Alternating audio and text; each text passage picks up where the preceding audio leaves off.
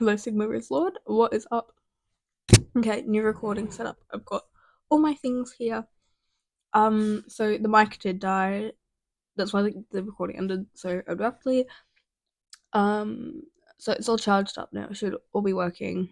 I haven't picked Maina up from school and she'll make coffee frappe. So if you hear me sipping, that's what it is, honey. I'll just go from where we left off. So I think they just said they'd like pulled into the complex parking lot. Perfect. Okay. After a 20-minute drive, where they refused to answer any of my questions or even speak to me at all, they parked and showed me into a generic looking business park building. I'm actually not very good at reading. Yeah. My feet barely touched the ground as they led me down an empty hallway with unmarked doors every 30 feet or so. Finally, they opened a set of double doors at the end of a hall and gently nudged me inside. Like the rest of the abandoned building, this room is full of furniture and shiny high-tech devices. It was the most well-stocked biology lab I'd ever seen, and right in the middle of it was Eva Scratt. "Hello, Dr. Grace," she said. "This is your new lab." The FBI agents closed the doors behind me, leaving Scratt and me alone in the lab. I rubbed my shoulder where they manhandled me a little too much. I looked at the door behind me. "So, when you say a certain amount of authority, I have all of the authority." "You have an accent. Are you even from America?" "I'm Dutch. I was the administrator at ESA, but that doesn't matter. Now I'm in charge of this. There is no time for slow international committees. The sun is dying. We need a solution. It's my job to find it." She pulled up a lab stool and sat down. "These dots are probably a life form. The exponential progression of the solar dimming is consistent with the exponential population growth of a typical life form." "You think they're eating the sun?" "They're eating its energy output at least," she said. "Okay, that's, well, terrifying, but regardless, what the heck do you want from me?" "The ArcLight probe is bringing the samples back to Earth. Some of them might be alive. I want you to examine them and find out what you can." "Yeah, you mentioned that earlier," I said. "But I have to believe there are more qualified people to do this than just me. Scientists all over the world will be looking at them, but I want you to be the first." "Why?" "It lives on or near the surface of the sun." "Does that sound like a water-based life form to you?" She was right. Water can't simply exist at those temperatures. After about 3000 degrees Celsius, the hydrogen and oxygen atoms can't stay bound to each other anymore. The surface of the sun was 5500 degrees Celsius. She continued. "The field of speculative extraterrestrial biology is small, only 500 or so people in the world.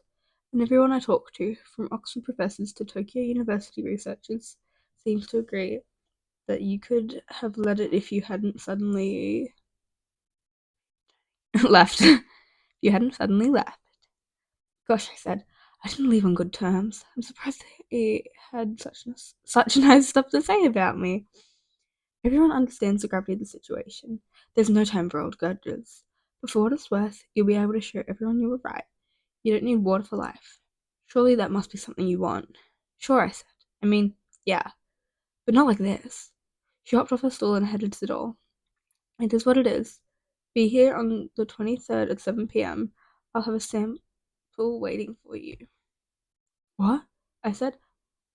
"It'll be in Russia, won't it?" "I told Roscosmos to land their Soyuz in Saskatchewan." Bro, actually, I knew how to pronounce that one. Because, okay, I'm getting sidetracked here. You're gonna have to put the audiobook on hold, but I'll tell you this bit.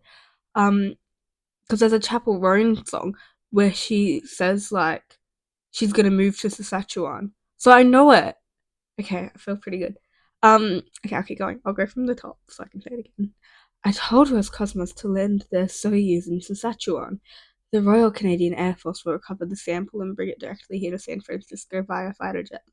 The US will allow the Canadians to use this airspace." "Saskatchewan?" Soyuz capsules are launched from, okay, now I don't know this one, Bacona Cosmodrome, which is at a high latitude. The safest landing locations are at the same latitude. Saskatchewan is the closest flat, large area to San Francisco that meets all of the requirements. I held up my hand. "Wait, The Russians, Canadians, and Americans will just do whatever you tell them? Yes, without question. Are you joshing with me? Are you joshing me with all of this? Get accommodated with your new lab, Dr. Grace. I have other things to deal with. She walked out the door without another word. Yes! I pumped my fist. I climbed to my feet, climbed the ladder to the lab. Once there, I climbed that ladder and grabbed hold of the mystery hatch. Just like last time, as soon as I touch the handle, the computer says, "To unlock the hatch, state your name." "Ryland Grace," I say with a smug smile. "Dr. Ryland Grace." A small click from the hatch is the only response I get. After all the meditation and introspection I did to find out my own name, I wish there'd be something more exciting. Confetti, maybe? I grab the handle and twist. It turns. My domain is about to grow by at least one new room. I push the hatch upward. Unlike the connector between the bedroom and the lab, this hatch slides to the side. The next room is pretty small, so I guess there wasn't room for the hatch to swing in. And the room is, LED lights flick on. The room is round, like the other two. But it's not a cylinder. The walls taper inward toward the ceiling. It's a truncated cone. I spent the last few days without much information to go on. Now information assaults me from every direction. Every surface is covered with computer monitors and touch screens. The sheer number of blinking lights and colors is staggering. Some screens have rows of numbers. Others have diagrams. And others just look black. On the edge of the conical walls is another hatch. This one is less mysterious, though. It has the word airlock stenciled across the top, and the hatch itself has a round window in it. Through the window, I can see a tiny chamber just big enough for one person, with a spacesuit inside. The far wall has another hatch. Yep, that's an airlock. And in the center of everything is a chair. It's perfectly positioned to be able to reach all screens and touch panels easily. I climb the rest of the way into the room and settle into the chair. It's comfortable, kind of like a bucket seat. Pilot detected, the computer says. Angular anomaly. Pilot, okay. Where is the anomaly? I ask. Angular anomaly. HAL 9000. This computer is not. I look around. I actually don't know what that means, babe. I hope you know, because I don't know what that means. So, I don't get the HAL 9000. This computer has not. Okay, I look around at many screens for a clue. The chair swivels easily, which is nice in this 360-degree computer pit. I spot one screen with a blinking red border. I lean in to get a better look. Angular anomaly, relative motion error, predicted velocity 11,423 kilometers per second, measured velocity 11,872 kilometers per second. Status: auto-correcting trajectory, no action required. Well, that means nothing to me, except KPS. That might mean kilometers per second. Okay, it's because it said like KPS, but I just said kilometers per second because I figured that's what it meant. So that's what's happening. Okay. Above the text is a picture of the sun. It's jiggling around slightly. Maybe it's a video, like a live feed, or is that just my imagination? On a hunch, I touch the screen with two fingers and drag them apart. Sure enough, the image zooms in. It's like using a smartphone. There are a couple of sunspots on the left side of the image. I zoom in on those until they fill the screen. The image remains amazingly clear. It's either an extremely high-resolution photo or an extremely high-resolution solar telescope. I estimate the cluster of sunspots is about 1% the width of the disk. Pretty normal for sunspots. This means I'm looking at half a degree at the sun's circumference. Very rough math here. The sun rotates about once per 25 days. Science teachers know this sort of thing. So it should take an hour for all the spots to move off the screen. I'll check back later to see if they have. So, if so, it's a live image. If not, it's a picture. 11,872 kilometers per second. Velocity is relative. Doesn't make any sense unless you're comparing two objects. A car on the freeway might be going 70 miles per hour compared to the ground, but compared to the car next to it, it's moving at almost zero. So what is that measured velocity measuring the velocity of? I think I know. I'm in a spaceship, right? I have to be. So that value is probably my velocity. But compared to what? Judging by the big old picture of the sun over the text, I'm guessing it's the sun. So I'm going 11,872 kilometers per second with respect to the sun. I catch a flicker from the text below. Did something change? Angular anomaly, relative motion error. Predict velocity 11,422 kps. So that's why I said kilometers per second before. Okay. I'm just gonna let that rest, like you know what's up. Measured velocity 11,871 kps. Status autocorrecting trajectory. No action required. Those numbers are different. They both went down by 1. Oh wow, hang on. I pulled a stopwatch out of my toga. The best ancient Greek philosophers always carried stopwatches in their togas. Then I stared at the screen for what seems to be like an eternity. Just before I'm about to give up, the numbers both drop by 1 again. I start the timer. This time, I'm ready for how long the wait will be. Again, it seems interminable. Huh? Interminable. Don't know that word very well, but I stand firm. I'm sure when I'm saying I don't know that word very well, you're gonna be so mad at me because you'll be like, "Oh my god, everybody knows it. Why don't you know it?" But I don't really know. Okay, so I'll go from the top of that sentence. Again, it seems interminable, but I stand firm. Finally, the numbers both drop again, and I stop the timer. 66 seconds. Measured velocity is going down by 1 every 66 seconds. Some quick maths tells me that's an acceleration of 15 meters per second per second. That's the same gravity acceleration I worked out earlier. The force I'm feeling isn't gravity, and it's not a centrifuge. I'm in a spaceship that is consistently accelerating in a line. Well, actually, it's decelerating. The value is going down. And that velocity, it's lower velocity. Yes, it's going down. But wow, to reach Earth orbit, you only need to go 8 kilometers per second. I'm going over 11,000. That's faster than anything in the solar system. Anything that fast will escape the sun's gravity and go flying off into interstellar space. Readout doesn't have anything to indicate what direction I'm going, just a relative velocity. So now my question is, am I barreling toward the sun or away from it? It's almost academic. I'm either on a collision course with the sun or on my way into deep space with no hope of returning. Or I might be headed in the sun's general direction, but not on a collision course. If that's the case, I'll miss the sun and then I'll fly off deep into space with no hope of returning. Well, if the image of the sun is real time, then the sunspot will get larger or smaller on screen as I travel. So I just have to wait until I know if it's real time. It'll take about an hour. I start the stopwatch. I acquaint myself with a million other screens in the room. Most of them have something to say, but one of them just shows the image of a circular crest. I think it's probably an idle screen or something. If I touch it, the computer will wake up. But that idle screen might be the most informative thing in here. It's a mission crest. I've seen enough NASA documentaries to know one when I see one. Circular crest has an outer ring of blue with white text. The text reads, Hail Mary, across the top, and Earth at the bottom. The name and port of call for this vessel. I didn't think the ship came from somewhere other than Earth, but okay. Anyway, I guess I finally know the name of the ship I'm on. I'm aboard the Hail Mary. Not sure what to do with this information, but that's not all the crest has to tell me. Inside the blue band, there's a black circle with weird symbols inside, a yellow circle with a dot in the middle, and a blue circle with a white cross, and a smaller yellow circle with a lowercase t. No idea what any of that is supposed to mean. Around the edge of the black area, it says, okay, so there's a Japanese symbol.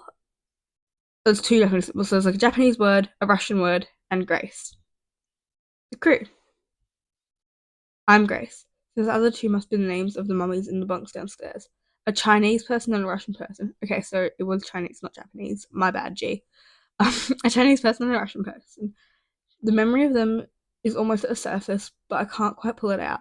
I think some internal defense mechanism is suppressing it. When I remember them, it's gonna hurt, so my brain refuses to remember them.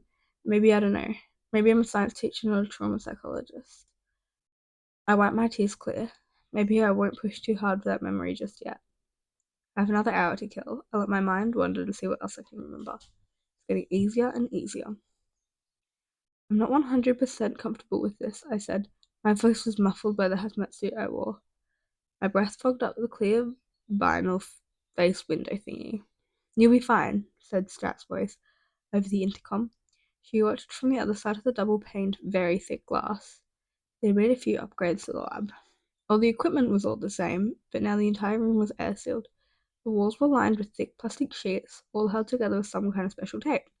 I saw the CDC logos everywhere. Quarantine protocols. Not at all comforting. The only entry now was through a big plastic airlock, and they made me put on the hazmat suit before going in. An airline led to my spacesuit from a spool in the ceiling. All the top-of-the-line equipment was ready for whatever I wanted to do. I'd never seen a lab so well stocked. In the middle was a wheeled cart holding a cylindrical container, stenciled. Right on the cylinder read, okay, it's like a Russian word. Not deeply useful. Strat wasn't alone in the observation room. About 20 people in military uniforms stood with her, all looking on with interest. There were definitely some Americans, some Russians, a few Chinese officers, plus many more unique uniforms I didn't even recognize. A large international group. None of them said a word, but by some silent agreement, they all stayed a few feet behind Strat. I grabbed the air hose with my gloved hand and gestured to Strat with it. Is this really necessary? She pressed the intercom button. There's a very good chance the sample in that cylinder is an alien life form. We're not taking any chances. Wait, you're not taking any chances, but I am. It's not like that. How is it not like that? She paused. Okay, well, it's exactly like that. I walked to the cylinder. Did everyone else have to go through all of this? She looked at the military people and they shrugged at her. What do you mean by everyone else? You know, the people who transferred it to this container. That's a sample container from the capsule. There's 3 centimeters of lead surrounding a shell of centimeter thick steel. It's been sealed since it left Venus. It has 14 latches you'll need to open to get to the sample itself. I looked at the cylinder, back to her, back to the cylinder, and back to her. Is this some kind of bullpucky? Look at the bright side, she said. You'll be forever known as the man who first made contact with extraterrestrial life. If it even is life, I mumbled. I got the 14 latches open with some effort. Those things were tight. I vaguely wondered how the Arclight probe closed them in the first place. Must have been some kind of cool, actuated system. The inside wasn't impressive. I didn't expect it to be. Just a small, clear plastic ball that appeared to be very empty. The mysterious dots were microscopic, and there weren't very many of them. No radiation detected, Strat said through the intercom. I shot a glance over at her. She watched her tablet intensely. I took a good long look at the ball. Is this under vacuum? No, she said. It's full of argon gas at 1 atmosphere of pressure. Those dots have been moving around the whole time the probe was returning from Venus, so it looks like the argon doesn't affect them. I looked around the lab. There's no glove box here. I can't just expose unknown samples to normal air. The entire room is full of argon, she said. Make sure you don't kink your airline or rip your suit if you breathe argon. I'll suffocate and won't even know what's happening. Yeah, okay. I took the ball to a tray and carefully twisted it open until it came apart in 2 halves. I placed one half in a sealed plastic container and mopped the other half with a dry cotton swab. I scraped the swab against the slide and took it to a microscope. I thought they'd be harder to find, but there they were, dozens of little black dots, and they were all indeed wriggling around. You recording all of this? From 36 different angles, she said. Sample consists of many round objects, I said. Almost no variance in size. Each appears to be approximately 10 microns in diameter. I adjusted the focus and found various intensities of backlighting. Samples are opaque. I can see inside. I can't see inside. Sorry, babe. I can't see inside. Even at the highest available light setting. Are they alive? Strat said. I glared at her. I can't just tell that at a glance. What do you expect to happen here? I want you to find out if they're alive, and if so, find out how they work. That's a tall order. Why? Biologists work out how bacteria works. Just do the same thing they did. That took thousands of scientists over 2 centuries to work out. Well, do it faster than that. Tell you what, I pointed back to the microscope. I'm going to get back to work now. I'm sorry, babe, Silly. I'm gonna go back to work now. I'll tell you anything I work out when I work it out. Until then, you can all enjoy some quiet study time. I spent the next 6 hours doing incremental tests. Over that time, the military people wandered about, eventually leaving only Strat by herself. I had to admire her patience. She sat in the back of the observation room and worked on her tablet, sometimes looking up to see what I was doing.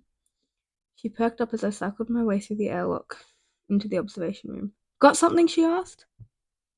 I unzipped the suit and stepped out of it. Yeah, a full bladder. She tapped on her tablet. I hadn't accounted for that. I'll get a bathroom installed inside the quarantine area tonight. It'll have to be a chemical toilet. We can't have plumbing going in and out. Fine, whatever, I said. I hustled off to the facilities to do my business. When I returned, Strat had pulled a small table and 2 chairs to the center of the observation room. She sat in one of the chairs and gestured to the other. Have a seat. I'm in the middle of. Have a seat. I took a seat. She had a commanding presence, that's for sure. Something about her tone of voice, or her general confidence level, maybe. One way or another, when she spoke, you just kind of assumed you should do what she said. What have you found so far? She asked. It's only been one afternoon, I said. I didn't ask how long it's been. I asked what you found so far. I scratched my head. After hours in that suit, I was sweaty and presumably smelled bad. It's weird. I don't know what those dots are made of. And I'd really like to know. Is there some equipment you need that you don't have? She asked. No, there's everything a guy could hope for in there. It just doesn't work on those dots. I settled back into the chair. I'd been on my feet most of the day, and it was nice to relax for a moment. First thing I tried was the X-ray spectrometer. It sends X-rays into a sample, making it emit photons, and you can tell from the wavelengths of the photons what elements are present. And what did that tell you? Nothing. As far as I can tell, these dots just absorb X-rays. The X-rays go in and they never come out. Nothing comes out. That's very odd. I can't think of anything that does that. Okay, she takes some notes on her tablet. What else can you tell me? Next, I tried gas chromatography. That's where you vaporize a sample and identify the elements or compounds in the resulting gas. That didn't work either. Why not? I threw up my hands. Because the darn things just won't vaporize. That led me down a rabbit hole of burners, ovens, and crucible furnaces that all turned up nothing. The dots are unaffected at temperatures up to 2000 degrees Celsius. Nothing. And that's odd. That's crazy odd, because these things live on the sun, at least some of the time. So I'm guessing they have a high heat resistance to heat. Wait, so I'm guessing having a high heat resistance to heat makes sense. They live on the sun, she said. So they are a life form. I'm pretty sure they are, yeah. Elaborate. Well, they move around. It is plainly visible through a microscope. That alone doesn't prove they're alive. Inert stuff moves all the time from static charge or magnetic fields or whatever. But there is something else I noticed. Something weird. And it made all the pieces fall into place. Okay. I put a few of the dots under a vacuum and ran a spectrograph. This is a simple test to see if they emit light. And they do, of course. They give off infrared light at the 25.984 micron wavelength. That's the Petrova frequency, the light that makes the Petrova line. I expected that. When I noticed they only emit light when they're moving, and boy, did they emit a lot of it. I mean, not a lot from our point of view, but for a tiny single-celled organism, it's a ton. How's that relevant? I did some back of the napkin math, and I'm pretty sure the light is how they move around. Scout raised an eyebrow. I don't follow. Believe it or not, light has momentum, I said. It exerts a force. If you were out in space and you turned on a flashlight, you'd get a teeny amount of thrust from it. I didn't know that. Now you do. And a teeny tiny thrust on a teeny tiny mass can be an effective form of propulsion. I mean, the dot's average mass at about 20 picograms. That took a long time, by the way, but the lab equipment is awesome. Anyway, the movement I see is consistent with the momentum of the emitted light. She set her tablet down. I had, apparently, accomplished the rare fate of getting her undivided attention. Is this something that happens in nature? I shook my head. No way. Nothing in nature has that kind of energy storage. You don't understand how much energy these dots are emitting. It's like getting to the scales of mass conversion. E equals mc squared kind of stuff. These tiny dots have more energy stored up in them than remotely makes sense. Well, she said. Did they just come from the sun? Is the sun losing energy? Yeah, that's why I think it's a life form, I said. It consumes energy, stores it in some way we don't understand, and then uses it for propulsion. That's not a simple physical or chemical process. That's complex and directed. Something that must have evolved. So the Petrova line is tiny little rocket flares? Probably. And I bet we're only seeing a small percentage of the total light coming off that area. They use it to propel themselves to Venus or to the sun. Or both. I don't know. The point is the light will go away from their direction of travel. Earth isn't in that line, so we only see the light that reflects off nearby space dust. Why do they go to Venus? She asked. And how do they reproduce? Good questions. Ones I don't have answers for. But if they're single celled. Hello, yawn. But if they're single celled stimulus/response organisms, they probably reproduce through mitosis. I paused. That's when the cell splits in half and becomes two new cells. Yes, I know that much, thank you. She looked at the ceiling. People always assumed our first contact with alien life, if any existed, would be little green men and UFOs. We never considered the idea of simple, unintelligent species. Yeah, I said. This isn't Vulcans dropping by to say hi. This is space algae. An invasive species, like cane toads in Australia. Good analogy, I nodded. And the population was growing. Fast. The more of them there are, the more solar energy gets consumed. She pinched her chin. What would you call an organism that exists on a diet of stars? I struggled to remember my Greek and Latin root words. I think you'd call it astrophage. Astrophage? She said. She tapped into a tablet. Okay, get back to work and find out how they breed. Astrophage. That word alone makes all my muscles clench up. A chilling terror that hits like a lead weight. That's the name. That's the thing that threatens all life on Earth. Astrophage. I glanced at the monitor with my zoomed in image of the sun. The sunspots have moved noticeably. Okay, it's a real-time image. Good to know. Wait. I don't think they're moving at the right speed. I checked the stopwatch. I was only daydreaming for 10 minutes or so. The sunspots should have moved a fraction of a degree, but they're halfway off the screen. Way more than they should have moved. I pulled a tape measure from my toga. I zoomed out the image and actually measured the width of the sun's and the sunspot cluster on the screen. No more rough estimates. I want real math here. The solar disk is 27 centimeters on screen, and the sunspots are 3 millimeters. And they moved half their width, 1.5 millimeters, in 10 minutes. Actually, it was 517 seconds according to my stopwatch. I scribbled some math on my arm. At this resolution, they're moving 1 millimeter every 344.66 seconds. To cross the entire 27 centimeters, it would take scroll just over 93,000 seconds. So it would take that long for the cluster to cross the near side of the sun. It would take twice as long to get all the way around. So 186,000 seconds. That's a little over 2 days. Over 10 times faster than the rotation should be.